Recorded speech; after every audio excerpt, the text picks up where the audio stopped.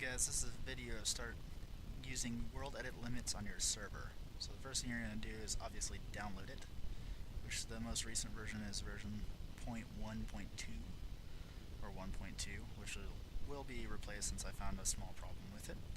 But you're going to download that, and you're going to drag and drop it into your server folder,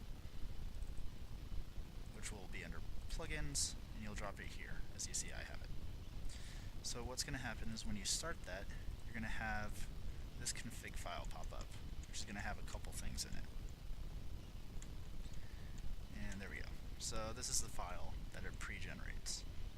So these names, the group names, are the exact names that you're going to put in your permissions file, which for your permissions you need to use either permissions X or group manager. So as you see, actually, let me change my group to default. So my group's default, and that is listed under ignore, so if I log on right now, I won't see anything. So you start with guest, member, default, and default. Capital default, I believe, is the default group in group manager, whereas this lowercase one is for PEX. So I don't have a guest, I don't have a capital default, so I'll just delete those. I also don't have an owner.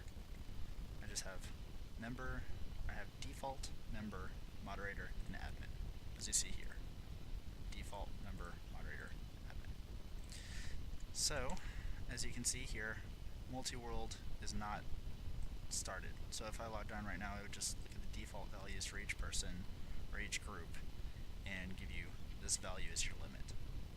So obviously a lot of servers will want this to be on so they can change values and have things available in some worlds, turned off in other worlds. So if I got on as a moderator and got in the normal world, it'd be 100,000. If I went in the end, I would have a limit of 0, so I couldn't change any blocks. So this is useful for a lot of people. This was done by request. Before I just had it to limit groups in general, which is what this does. And if you set it to true, you can do multi-world. If it's false, it just grabs that default value. So let's go ahead and jump in. Yeah, I have it open. So here we go. I'll hop on. So this is what a normal person sees. They just see that they joined the game. So let me go ahead and change my group to, I'll change it to moderator. So PEX user Theo group set moderator. Alright, so I'm going to have to reload, and I'll hop out here. So let me hop back in, see what I get.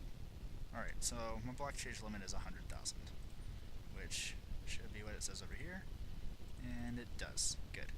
So let's go ahead and change this to 0, just for experimentation. So, reload again. Alright, so you see I changed worlds. It gave my limit for the separate world because I have that set to true. But now if I go back into the nether, boom, it's 0. So now I can try to do anything. Normal world edit commands, set it to 1, and nothing happened because my limit is 0. So that's perfect for what we wanted it.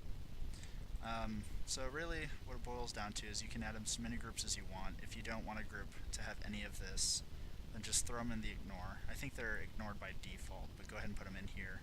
I'm not positive on that, I'll have to recheck it. But then if you don't have any world listed, say you have a world 2, if you don't have it listed, it'll look at your default, and I think it complains to you about that, so you might have some spamming, or it might just tell you it's using the default file every time somebody logs on, or every time somebody changes worlds, if you have this set to true. So that's pretty much it. I hope you guys get a lot of use out of this plugin. If you have any suggestions or things you want added or want to see, feel free to let me know. I'm always open to add things. So thanks for watching.